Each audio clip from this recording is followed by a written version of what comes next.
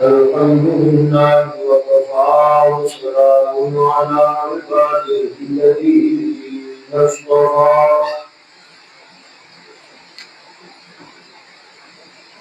خصوصا على سيد الرسل وخاتم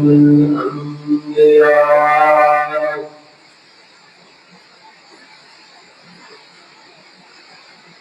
وعلى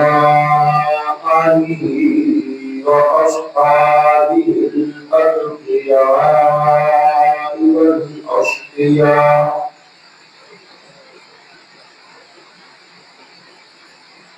أما بعد فأعوذ بالله من الشيطان الرجيم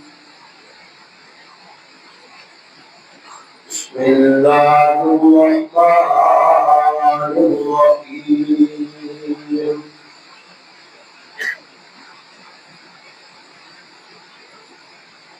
لقد رضي الله عن المؤمنين إذ يبايعونك تحت الشجرة فعلم ما في قلوبهم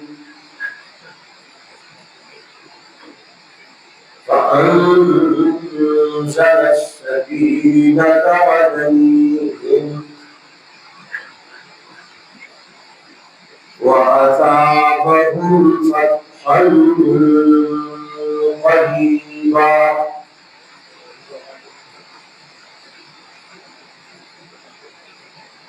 سبحان ربك رب العزة عما يصفون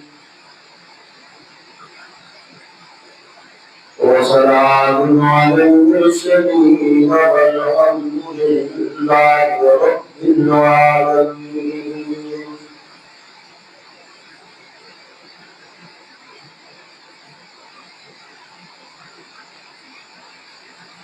قال رسول الله صلى الله عليه وسلم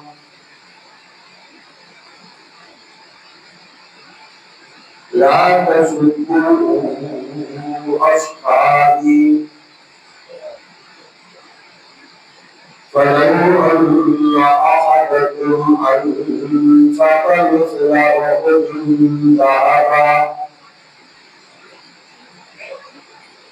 ما بلغ مد أحدهم ولا نصيفا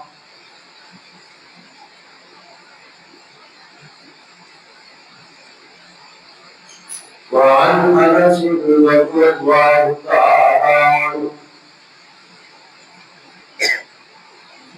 قال إن النبي صلى الله عليه وسلم صعد أحد وأبو بكر وعمر وعثمان فوقف بهم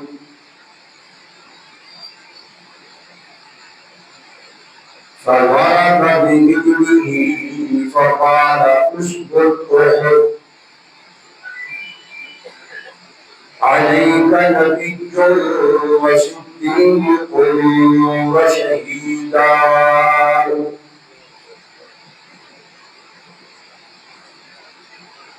أو كما قال رسول الله صلى الله عليه وسلم يا رب صل وسلم دائما أبدا على حبيبك خير الخلق كلهم.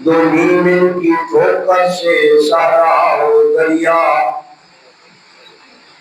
دو نیمن کی ٹھوکر سے صحرا و دریا،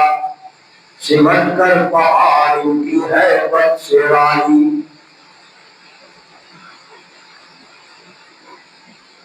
دو عالم سے بیگانہ کرتی ہے دل کو، دو عالم سے بیگانہ کرتی ہے دل کو، عجب چیز ہے لذت آشنائی، شہادت ہے مطلوب و مقصود مومن، نہ مارے غنیمت نہ دشمن کشائی، ارادے جن کے پختہ ہو، نظر جن کی خدا پر ہو، ارادے جن کے پختہ ہو، نظر جن کی خدا پر ہو، تناقض خیز مردوں سے گھبرایا نہیں کرتے۔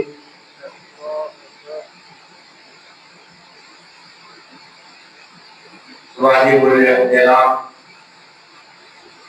بزرگوں، بھائی، دوستوں، عزیزوں، سورہ الفتح کی آیت شریفہ آپ کے سامنے تلاوت کی ہے، جسے مجھ سے پہلے برادر عزیز حضرت محمد صاحب، قاضی محمد صاحب نے بھی اس آیت مبارکہ کو تلاوت کیا ہے اور آپ کے سامنے بیان فرمایا ہے۔ میں نے بھی اسی آیت مبارکہ کا انتخاب کیا ہے۔ جناب سیدنا عثمان غنی رضی اللہ تعالی عنہ کے بارے میں یہ آیت مبارکہ اور اس کے علاوہ یہ پوری سورت، صرف یہ آیت مبارکہ ہی نہیں، پوری سورت ہی حضرت عثمان رضی اللہ تعالی عنہ کے واقعے کی وجہ سے اللہ نے نازل فرمائی۔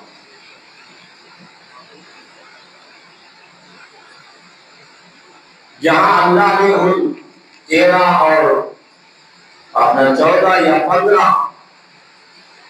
100 صحابہ کرام سے اللہ تبارک و تعالیٰ کے حکم سے پیغمبر علیہ السلام نے بیعت لی، اس بیعت لینے کا سبب بھی سیدنا عثمان غنی رضی اللہ تعالیٰ عنہ کی ذات تھی۔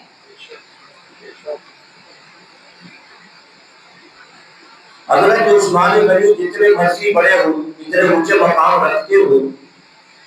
مگر دیکھنا یہ ہے کہ شخصیت اور ذات تو ایک ہی ہے، مگر اللہ کے پیغمبر صلی اللہ علیہ وسلم کے ان کی جھوٹی خبر جو قتل کی اور شہادت کی آپ تک پہنچی تو آپ نے 1500 صحابہ کرام سے موت پر بیعت لی، موت۔ آپ اندازہ لگا سکتے ہیں کہ ایک شخص کے عوض کے اندر قصاص تو ایک ہی ہوتا ہے، ایک شخص کا قصاص اگر خدا نخواستہ کوئی کسی کو قتل کر دیتا ہے تو قصاص میں ایک ہی بندے کو قتل کیا جاتا ہے، مگر سیدنا عثمان رضی اللہ تعالیٰ عنہ کے کیا کہنے کہ اللہ کے نبی صلی اللہ علیہ وسلم نے فرمایا آؤ میرے ہاتھ پر بیعت کرو کہ اگر واقعتاً یہ خبر سچ اور درست ہے تو میں اپنے 1500 صحابہ کرام کو عثمان غنی کے قصاص کے طور پر پیش کرنے کے لیے تیار۔ یہ کوئی معمولی اعزاز نہیں، بہت بڑا اعزاز ہے۔ پیغمبر علیہ السلام کے ہاتھ پر صحابہ کرام تشریف لاتے رہے اور ان سب نے رسول اللہ صلی اللہ علیہ وسلم کے فرمان کے مطابق آپ کے ہاتھ کے اندر ہاتھ دیا کہ ہم جب تک سیدنا عثمان کا بدلہ نہیں لیں گے ان ظالموں اور بدبختوں سے مشرکوں سے، اس وقت تک ہم آرام اور چین سے نہیں بیٹھیں۔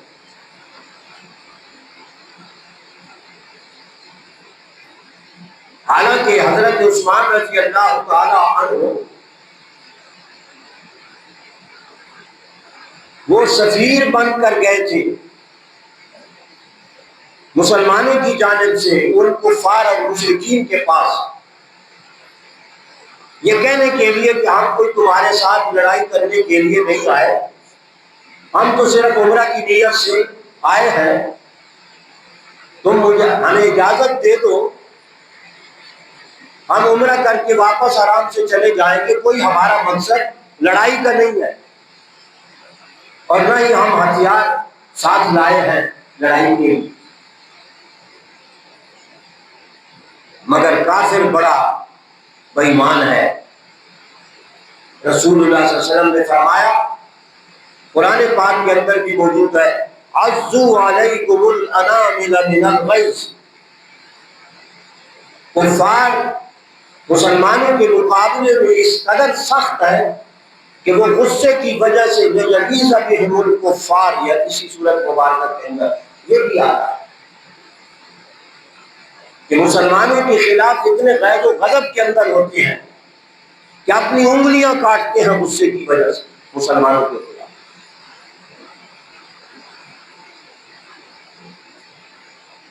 انہوں نے اپنی انا کے خلاف سمجھا کہ اتنے دور سے مسلمان بڑے آزادی کے ساتھ کھل کر آ کے یہاں عمرہ کریں، ہماری چدراہٹ، ہماری بڑائی، ہماری عظمت، سرداری کہاں گئی؟ انہوں نے اپنی انا کا مسئلہ بنا دیا، اپنی انا کا مسئلہ بنایا، جس کی وجہ سے انہوں نے انکار کر دیا، حالانکہ یتخطف الناس من حولہم، قرآن پاک کے اندر موجود ہے کہ ادھر ادھر سے جو لوگ حج اور عمرے کے لیے آتے تھے اور کسی کو منع نہیں کرتے تھے اس زمانہ کے اندر، یہ مسلمانوں کو انہوں نے منع کیا، رسول اللہ صلی اللہ علیہ وسلم کو منع کیا، ان 1500 صحابہ کرام کو منع کیا کہ ہم تو عمرہ نہیں کرنے دیں گے، حالانکہ ان کے ہاں یہ قانون تھا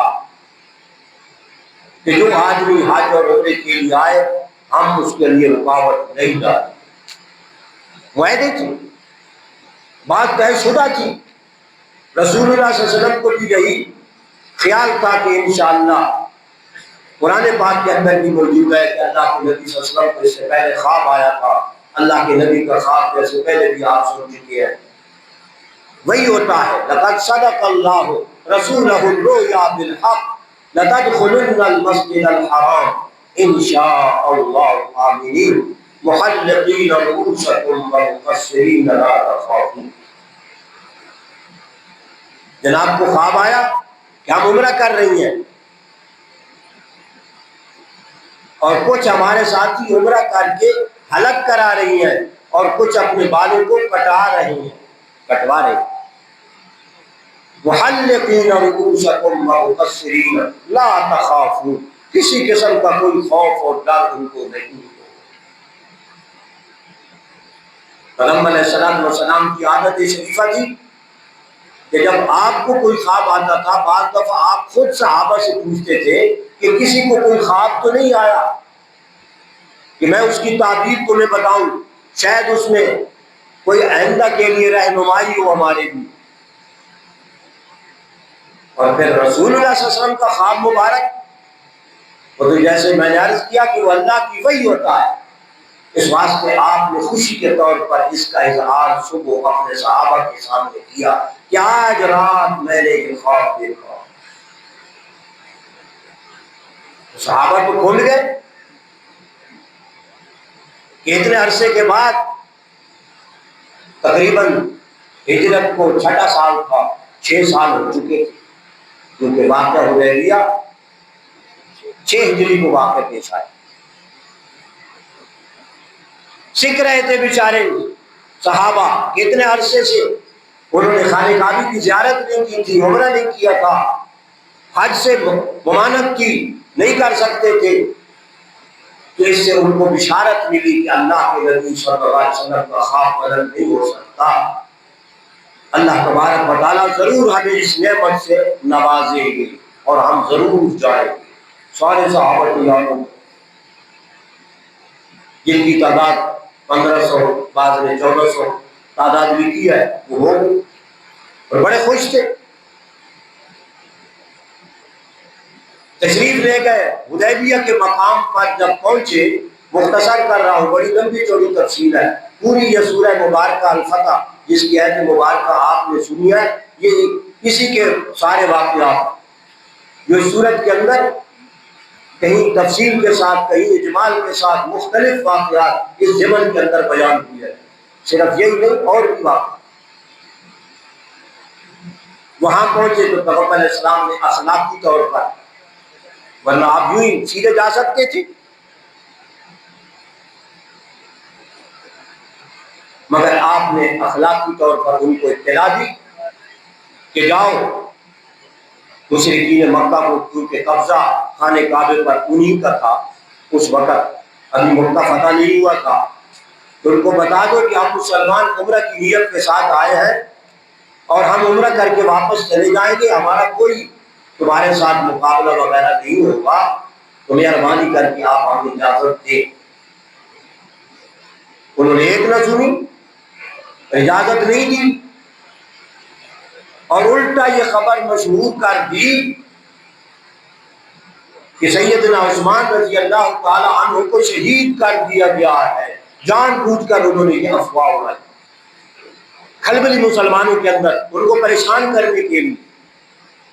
اور گویا یہ بتانے کے لیے کہ تم کہہ تو ہم عمرہ کریں گے، ہم نے تو تمہارا سفیر اور بندہ بھی مار دیا ہے، یہ تاثر دیا۔ جب یہ اطلاع رسول اللہ صلی اللہ علیہ وسلم تک پہنچی تو پھر آپ نے اس کے نتیجے میں ان 1500 صحابہ کرام سے بیعت کی۔ حدیث میں یہ بھی ذکر آتا ہے کہ سیدنا عثمان رضی اللہ تعالی عنہ کو انہوں نے کہا، کیونکہ آپ کے تعلقات کے تجارتی بڑے بڑے سرداروں کے ساتھ، اسی واسطے تو وہ آپ کو سفیر بنایا گیا تھا،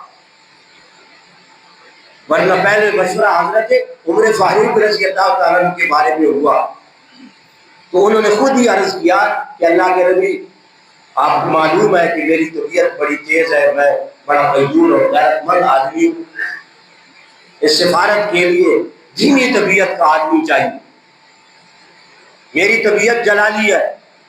شاید میں یہ کام سر انجام نہ دے سکوں، آپ سیدنا عثمان رضی اللہ تعالیٰ عنہ کو بھیجے، ان کے رشتہ دار بھی ہیں وہاں کچھ اور تاجر ان کے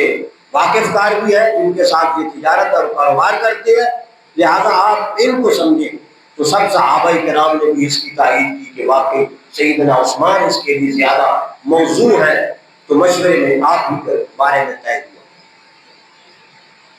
تو کہتے ہیں کہ ان تعلقات کی وجہ سے انہوں نے کہا کہ آپ عمرہ کر لیں، بے شک طواف کر لیں خانہ کعبے کا، ہم آپ کو نہیں روکتے، مگر ان 1500 صحابہ کو اور آپ کے نبی کو ہم طواف نہیں کرنے دیں گے، عمرہ نہیں کرنے دیں گے، اس دفعہ تو واپس چلے جاؤ، آئندہ دیکھا جائے گا۔ سیدنا عثمان نے کہا یہ نہیں ہو سکتا، یہ نہیں ہو سکتا کہ اللہ کے نبی صلی اللہ علیہ وسلم کو خانہ کعبے کے طواف سے عمرے سے معلوم رہے اور عثمان اکیلا طواف کرے اللہ کے نبی کے بغیر، یہ کیسے ممکن ہے؟ ہرگز ایسا عثمان نہیں کرے گا،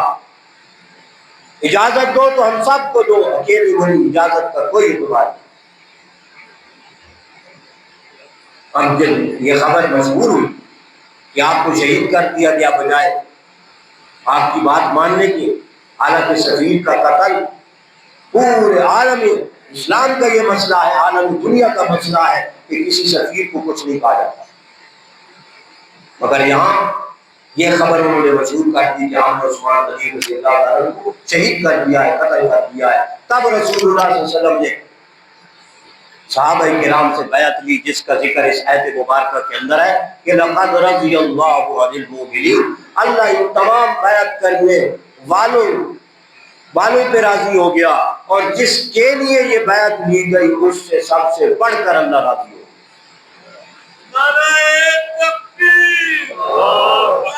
ان کے نام سے بیعت لی گئی تھی نا، لقد رضی، تحقیق راضی ہو گیا اللہ عن المؤمنین، ان ایمان والوں سے۔ اب سچ بتائیں خدا کے لیے، یہ اللہ کا قرآن ہے، میرے اور آپ کی ہدایت کے لیے اللہ نے اس کو اتارا ہے کہ اللہ کا قرآن ان تمام صحابہ کو مومن کہہ رہا ہے۔ اب جو ان صحابہ کو خدا نہ خواستہ اللہ کے قرآن کے خلاف فاسق کہتا ہے، فاجر کہتا ہے، کافر کہتا ہے، آپ اور میں اس کا کیا کر سکتے؟ کہ ہم اس کو تسلیم کر لیں معاذ اللہ؟ اس کا یہ کفر، اس کا یہ نفاق، اس کا یہ فسق کہ اللہ کا قرآن ان کو ایمان والا کہے اور وہ اس کے مقابلے میں کہے کہ وہ شراب خور خلفات معاذ اللہ۔ اور وہ قرآن جو جناب رسول اللہ صلی اللہ علیہ وسلم پر نازل ہوا تھا اس میں سے ایک لفظ بھی اس موجودہ قرآن کے اندر نہیں ہے۔ بتاؤ، جو پورے قرآن کے منکر ہوں، جو پورے صحابہ کے منکر ہوں، اور اللہ کا قرآن ان کو ایمان والا کہے اور وہ ان کو ان الفاظ کے ساتھ یاد کرے، اپنے دل کو ذرا دستک دے، اپنے ایمان کو تازہ کرے کہ کیا ہم اس کی اگر تصدیق کریں تو ہمارا ایمان بچتا ہے، اور اگر ہم اس کا اظہار کریں تو کہتے ہیں کہ یہ بڑے سخت ہے۔ یہ نہیں کہنا چاہیے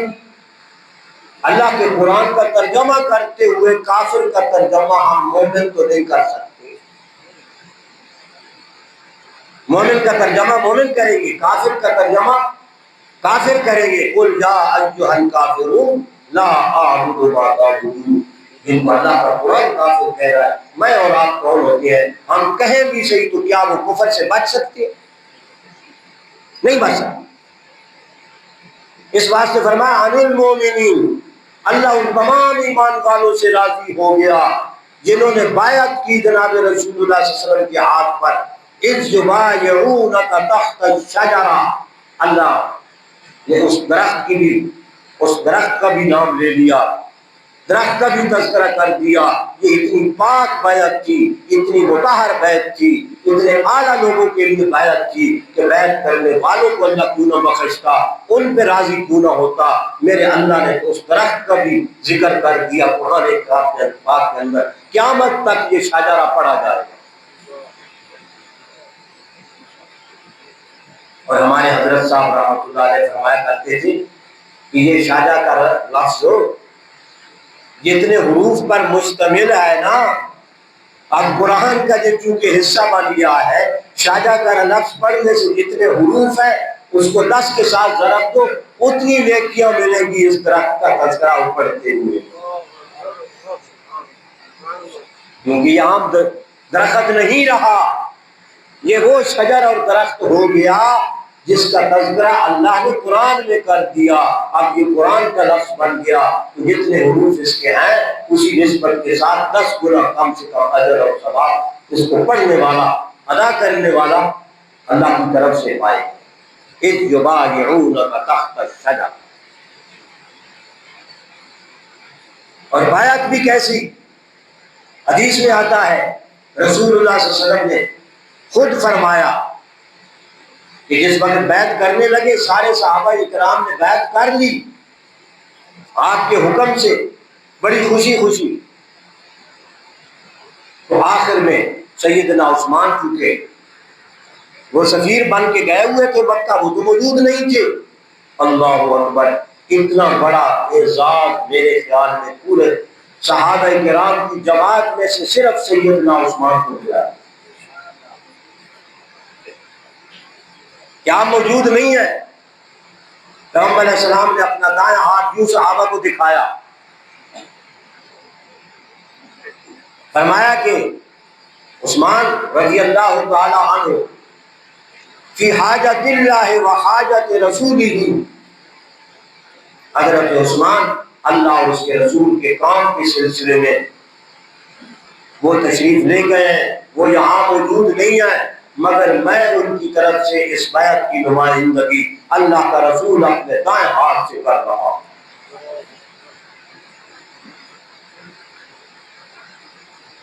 آپ نے اپنا بائیں ہاتھ نیچے اور دائیں ہاتھ اس کے اوپر رکھا، بایاں بھی نہیں، کیونکہ بائیں ہاتھ کو وہ فضیلت حاصل نہیں، خود اللہ کے رسول صلی اللہ علیہ وسلم نے فرمایا جو دائیں ہاتھ کو فضیلت حاصل ہے، اسی واسطے مجھے اور آپ کو حکم ہے کہ جو اچھا کام ہو وہ دائیں ہاتھ سے شروع کرو، کھانا کھاؤ دائیں ہاتھ۔ تو پیغمبر علیہ الصلوۃ والسلام نے اپنا دائیں ہاتھ سیدنا عثمان کا ہاتھ قرار دیا اور اپنے بائیں ہاتھ پر رکھ کر فرمایا کہ یہ بیعت عثمان غنی رضی اللہ تعالیٰ عنہ کی طرف سے ہے کہ اگر وہ موجود ہوتے تو وہ بھی اسی طرح بیعت کرتے جس طرح کہ تم میرے ہاتھ پر بیعت کر رہے۔ آگے صحابہ فرماتے ہیں حدیث کے ناقل کہ اگر حضرت عثمان خود بھی موجود ہوتے اور وہ اپنا ہاتھ رسول اللہ کے ہاتھ میں دیتے تو اتنا ان کا ہاتھ بہتر نہیں تھا جتنا کہ اللہ کے نبی کا ہاتھ حضرت عثمان غنی کی ترجمانی کر رہا تھا۔ اس سے زیادہ اعزاز ملا، اس سے زیادہ اعزاز ملا کہ اللہ کے نبی صلی اللہ علیہ وسلم نے اپنا دایاں ہاتھ عثمان کا ہاتھ کرا۔ کیا کہنے ہیں سیدنا عثمان رضی اللہ تعالیٰ عنہ کے رشتے میں بھی پیغمبر علیہ الصلوۃ والسلام کے کتنے قریب ترین رہے، جیسے ہمارے عزیز بیان فرما رہے تھے کہ سیدنا عثمان رضی اللہ تعالیٰ عنہ پیغمبر علیہ الصلوۃ والسلام کی پھوپھی، ان کی جو بیٹی تھی وہ حضرت عثمان کی والدہ ہے، والدہ یعنی بھانجی لگی ہے لحاظ، وہ حضرت سیدنا عثمان کی کیا ہے، والدہ محترمہ ہے۔ کتنا قریب کا تعلق ہے۔ آپ اپنے چھوٹے چھوٹے رشتے جتلاتے ہیں تو سیدنا عثمان کو یہ حق حاصل نہیں ہے کہ وہ اپنا اتنا قریب والا رشتہ جتلائے۔ بیٹیوں کی بات اپنی جگہ پر اور یہ رشتہ ماں والا اپنی جگہ پر، یہ بھی رسول اللہ صلی اللہ علیہ وسلم کے بڑے قریب ترین، یعنی آپ کی پھوپھی کی بیٹی اور پھر اس کے بعد آگے ان کی والدہ محترمہ ان کی بیٹی۔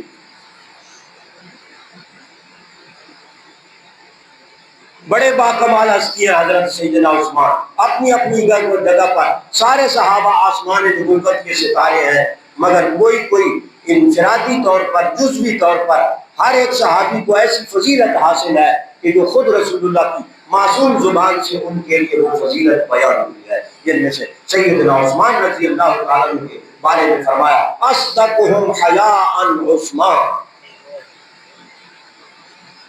حیا میں شرم میں سارے صحابہ سچے، سب بہتر، سب اعلیٰ، لیکن پیغمبر علیہ السلام کی پاک زبان سے جس کے لیے اصدقهم حیاء عثمان کے لفظ نکلے وہ سیدنا عثمان ہی ہے اور کوئی صحابی نہیں۔ سارے صحابہ سے امید ہے، سارے صحابہ با حیا، الحیاء شعبۃ من الایمان، حیا ایمان کا ایک بہت بڑا شعبہ ہے، بہت بڑا حصہ ہے۔ جس کو حیا مل گیا، یہ صفت مل گئی، وہ اللہ کے ہاں بہت مقام والا بن گیا، اور پھر جس کو رسول اللہ صلی اللہ علیہ وسلم کی زبان اقدس سے یہ درہ امتیاز مل گیا، وہ دوسروں سے اس صفت کے اندر سب سے بڑھ گئی۔ جیسے ارحم امتی بامتی ابو بکر فرمایا، اشدہم فی امر اللہ عمر فرمایا، اسی طرح آپ نے فرمایا اصدقہم حیاء عثمان فرمایا۔ حدیث بیان کر رہے تھے، میں اپنی طرف سے اس میں اپنا حصہ ڈال دوں۔ پیغمبر علیہ الصلوۃ والسلام اپنے گھر میں سیدہ عائشہ رضی اللہ تعالی عنہا کی باری میں آپ کے حجرہ شریفہ میں آپ تشریف فرما کے لیٹے ہوئے تھے،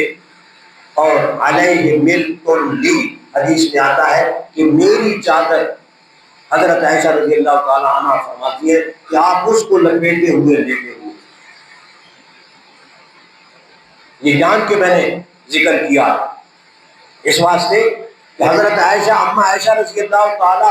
عنہا کا رسول اللہ کا جو قرب ہے اس کو بھی تو بیان کرنا ہے نا، اتنی بے تکلفی تھی کہ آپ اپنی چادر اوڑھے بغیر ہماری اماں جان کی چادر اوڑھے ہوئے تھے، جو میری تھی چادر وہ اوڑھے ہوئے۔ دروازے پہ دستک ہوئی، سیدنا ابو بکر صدیق رضی اللہ تعالی عنہ دروازے پر موجود تھے۔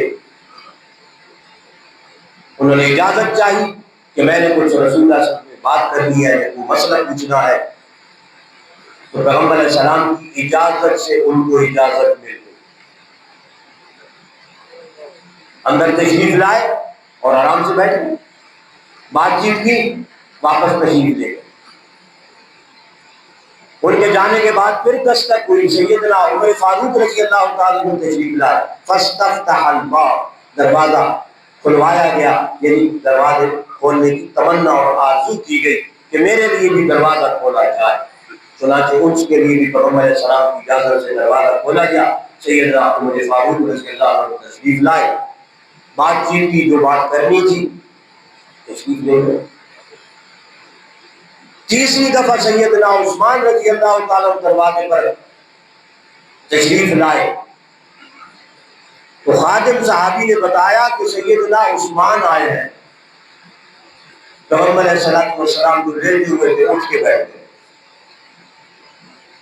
اور وہ اپنی چادر ہٹا لی جو سید عائشہ رضی اللہ تعالیٰ عنہ کی آپ نے اوڑھی ہوئی تھی نا، وہ ہٹا لی اور اپنے کپڑے مبارک وَصَبَّا ثِيَابَهُ، آپ اپنے کپڑوں کو درست فرمانے لگے اور آپ نے ٹھیک کر لیا، اور پنڈلی مبارک سے جو کپڑا تھوڑا سا ہٹا ہوا تھا آپ نے وہ پنڈلی مبارک، حالانکہ پنڈلی کوئی نگیز میں اور سطر میں شامل نہیں ہے، سطر میں شامل نہیں ہے، گھٹنا سطر میں شامل، وہاں سے شروع ہوتا ہے، اور موٹی پنڈلی تک تو ویسے ہی رسول اللہ نے فرمایا کہ شلوار یا تمہارا تہبند ہونا چاہیے مرد کا، عورت کا ٹخنوں سے نیچے، مرد کا موٹی پنڈلی تک۔ تو پیغمبر علیہ السلام نے اپنی پنڈلی مبارک سے کپڑا پہلے ہٹا ہوا تھا اس کے اوپر ڈال دیا، اور پھر اس کے بعد سیدھے ہو کر بیٹھ گئے۔ حضرت عثمان غنی رضی اللہ عنہ تشریف لائے اور پھر اس کے بعد تشریف لے گئے۔ ہم عائشہ فرماتی ہے کہ میں نے سوال کیا کہ میرے باپ حضرت ابوبکر صدیق تشریف لائے، آپ اسی طرح لیٹے رہے بڑے بے تکلفی کے ساتھ، اور کوئی آپ نے آپ کو سنبھالا نہیں، اٹھ کے بیٹھے نہیں۔ اسی طرح سیدنا عمر فاروق تشریف لائے،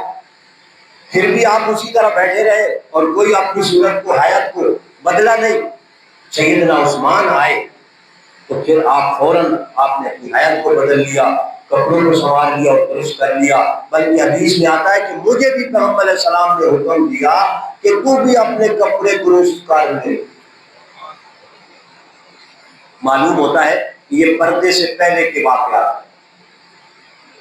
کیونکہ سیدنا عمر فاروق بھی تو آپ کے لیے غیر محرم تھے، سیدنا عثمان بھی اس وقت غیر محرم تھے، تو آپ نے فرمایا کہ کپڑے اوڑھ لے، اپنے کپڑے خود بھی درست کر لیا، انہوں نے بھی فرمایا۔ تو میں نے عرض کیا کہ آپ نے ایسا کیوں کیا؟ پیغمبر علیہ السلام نے فرمایا الا استحیی من رجل تستحیی منہ الملائکہ، اے عائشہ کیا میں اس شخص سے، اس آدمی سے حیا نہ کروں جس سے اللہ کے فرشتے بھی حیا کرتے ہیں؟ الا استحیی من رجل تستحیی منہ الملائکہ، اس لیے کیونکہ ان کی مزاج میں اور طبیعت میں اتنی نزاکت تھی، نزاکت حیا کی، کہ وہ اس حال میں اگر مجھے دیکھتے آگے پیغمبر علیہ السلام نے وجہ بھی بتائی، صرف یہ بھی نہیں فرمایا بلکہ آپ نے وجہ فرمائی، انہ رجل حیی، وہ بڑے حیادار آدمی تھے، ہو سکتا ہے کہ میں اگر اسی حالت میں بیٹھا یا لیٹا رہتا تو وہ اپنی حاجت میرے سامنے پیش ہی نہ کر سکتے، جس حاجت اور ضرورت کے لیے وہ میرے پاس آئے تھے، بغیر اپنی حاجت ذکر کیے وہ چلے جاتے۔ اس لیے میں نے اپنی حالت کو ذرا ان کے حیات کے مطابق بنا دیا تاکہ وہ بلا جھجک بات کر سکیں، جو جس کام کے لیے آئے ہیں، جس کام کے لیے آئے۔ بہرحال بڑی تفصیلات ہیں ان صحابہ کرام کی عظمت شان، کیا قرآن بیان کرتا ہے، کیا اللہ کے نبی کی پاک اور معصوم زبان سے ان کی شانیں آپ نے خود بیان فرمائی ہے۔ حدیث میں جو میں نے پڑھی خطبے کے اندر یہ ذکر آتا ہے کہ پیغمبر علیہ السلام ایک دفعہ اور پہاڑ پر تشریف لے گئے اور آپ کے ساتھ سیدنا ابو بکر صدیق بھی ہے، حضرت عمر فاروق بھی ہے رضی اللہ تعالیٰ عنہ، اور حضرت عثمان غنی رضی اللہ تعالیٰ عنہ آپ کے ساتھ۔ معجزہ کے طور پر کہہ لو یا پیغمبر علیہ الصلوۃ والسلام اور ان حضرات کی ہیبت کی وجہ سے، جس طرح قرآن کی ہیبت قرآن پاک نے خود بیان کی کہ لو انزلنا هذا القرآن على جبل لرأيته خاشعا متصدعا من خشیۃ اللہ، قرآن کی ہیبت سے پہاڑ بھی ریزہ ریزہ ہو جاتا، لرز جاتا، خاشعا متصدعا۔ اسی طرح میں کل سمجھتا ہوں کہ ان لوگوں کی ہیبت اتنی تھی، اللہ کے رسول صلی اللہ علیہ وسلم کے کیا کہنے، پھر سیدنا ابو بکر صدیق وہ کتنے زبردست انسان تھے، پھر سیدنا عمر فاروق کتنے زبردست انسان تھے، پھر سیدنا عثمان کتنے تھے، گویا میں سمجھتا ہوں ان کی ہیبت سے پہاڑ لرز گئے۔